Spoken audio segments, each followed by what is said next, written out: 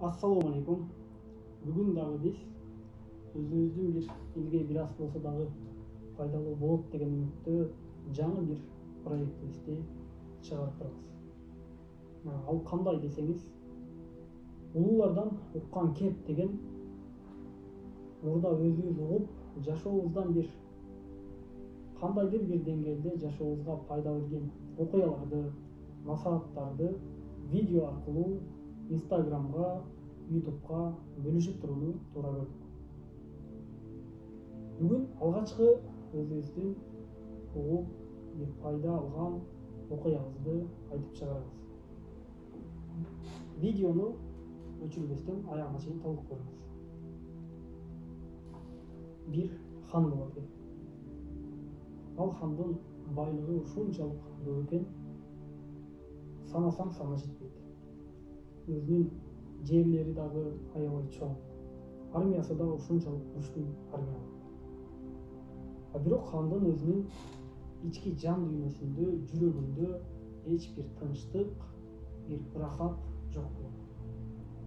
Качан көрбөсөң, кайсы күн болбосун бир сыгылычта жүрөт. Ошондой күндөрдүн биринде хан өзүнүн вазирин чакырат. Вазирин чакырып айтат: "Бул карабулду көрдүңбү? Мен аны күн сайын карайм. Эртең менен, кечинде. Качан карабайым, жүрөгүмдө кубаныч бар.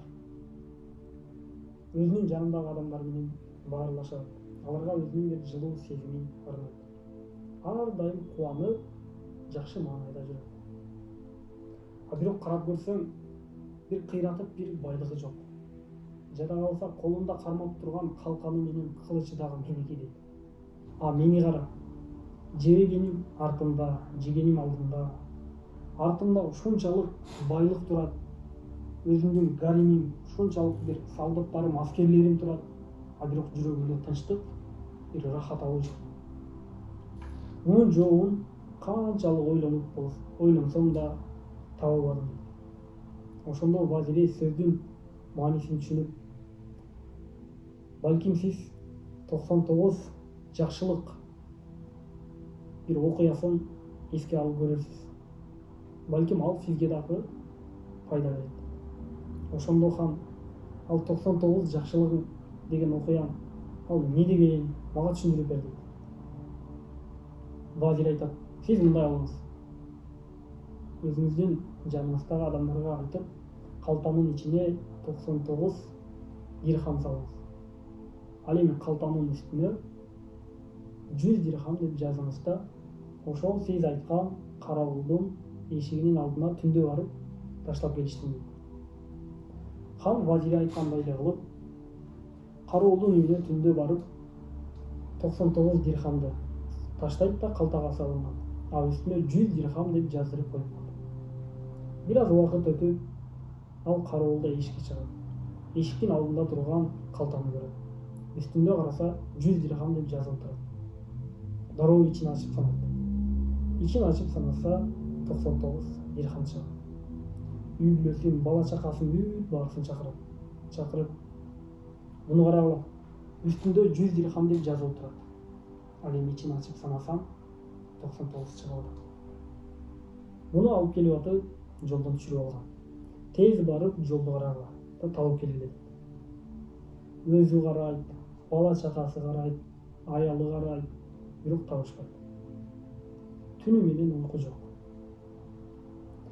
Бала чакасына кыжырынып, аларды жаман сөз менен сүйлөп, үйүндө эч ошол күнү уйку жок, уруш, жаңжал менен өтөт. Эртеси күнү таң атып, ошол карабул хан сарайга жумушуна келет. Хан караса капалуу. Мурда көргөн жүзүндөгү жылмаюунун бири да жок. Кабагынан каар жааган, ушундай бир жаман көрүнүштө. Аны көргөн хан вазирин чакырат. Буга эмне болду? Мага бир түшүндүрүп бер.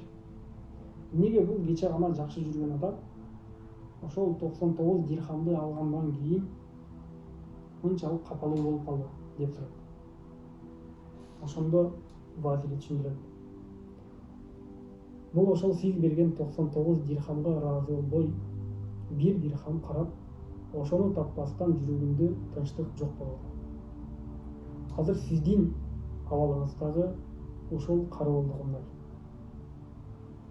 Артыңызда ушунчалык байлыктарыңыз, Алла берген бир неаматтар ушунчалык көп, а бирок берилбеген бир-эки жакшылык үчүн жүрөгүңүздө тынчтык, рахат жок. Бул кароолду караңыз. Кече гана колунда эч нерсеси жок эле. А бирок сиз 99 дирхам бердиңиз. Ошол 99 дирхамга ыраазы болбой, бир дирхамды карап, бир дирхам жок болуп калган үчүн жүрөгүндө тынчтык, рахат, кубаныч жок. Азыркы жашоодо жашаган биздин дагы абалыбыз ушундай. Бизге берилген 99 жакшылык неаматтар бар, а бирок берилбеген бир жакшылык үчүн калган берилген 99 жакшылыкты көрбөйбүз. Ызы-чуу салабыз, ар дайым кабагыбыз бүркөк, көңүлүбүз ачык эмес, капаланып жүрөбүз. Балким бизге берилген жакшылыктар 99 эмес, 999, 9999, а балким 9.999. Сиздин да башыңызга ушундай бир жаман күндөр келсе, же болбосо өзүңүз ойлогон бир ишиңиз, кылган ишиңиз ишке ашпай калса, ушул 99 жакшылык эрежесин эске алыңыз. Бизге берилген 99 жакшылыкты көрбөстөн ошол бир берилбеген жакшылык үчүн маанайыбызды чөгөрүп, капаланбай, балким сизге берилген 999 жакшылыкты эске алып, жүрөгүңүзгө бир кубаныч келет. Ар бир адам өзүнүн башына бир жаман окуя келсе, жаман иш келсе, ушул окуяны бир эстесе, балким өзүнө берилген 99 жакшылыкты эстеп, өзүн тынчтандырат. Балким бул проблемадан оңой эле чыгып кетет. Мына ушундай.